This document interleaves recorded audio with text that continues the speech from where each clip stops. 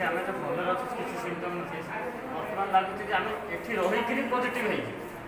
ଆଜି ଖାଇବାରେ ଆମ୍ବିଳା ଡାଲି ଦେଇଛନ୍ତି। ସେମାନେ ଷ୍ଟାଫ୍ ମାନଙ୍କୁ ତ କିଛି ରେସ୍ପନ୍ସ ନାହିଁ ଠିକ୍ ସେ। ଯାହା ବି କିଛି କରିଗଲେ ହଁ ଯୋଗାଇ ଦିଆଯିବ, କରିଦିଆଯିବ, ବାସ୍ ଏତିକି। ତାଙ୍କର ତ ସେ ଆସୁଛନ୍ତି, ତାଙ୍କ ଷ୍ଟାଫ୍ ଡ୍ୟୁଟି ଟାଇମ୍ରେ ତାଙ୍କର ଡୋର୍ ବନ୍ଦ ହେଇକି ରହୁଛନ୍ତି। ଆସୁଛନ୍ତି ତାଙ୍କର ଡୋର୍ ଭିତରେ ପଶି ଯାଉଛନ୍ତି, ଡୋର୍ଟା ବନ୍ଦ କରିଦେଇ ରହୁଛନ୍ତି। କାଲି ଆମେ ଆସିଲୁ, କାଲି ଆସିଲା ପରେ ପ୍ରଥମ କଥା ବାଲ୍ଟି ମଗ ଏ ଦୁଇଟା ନାହିଁ। ଯେତେବେଳେ ଆମେ କହିଲୁ କି ବାଲ୍ଟି ମଗ ଆମର ନାହିଁ ନା, ଯୋଉଟା ଅଛି ଲାଟିନ୍ରେ ସେଇଟା ୟୁଜ୍ କରିଦିଅ। ଗୋଟେ କରୋନା ପେସେଣ୍ଟକୁ ଡିଷ୍ଟାନ୍ସ ରଖିବ ନା, ଯିଏ ୟୁଜ୍ କରୁଥିବ ସେଇଟାକୁ ତମେ ୟୁଜ୍ କରିବ।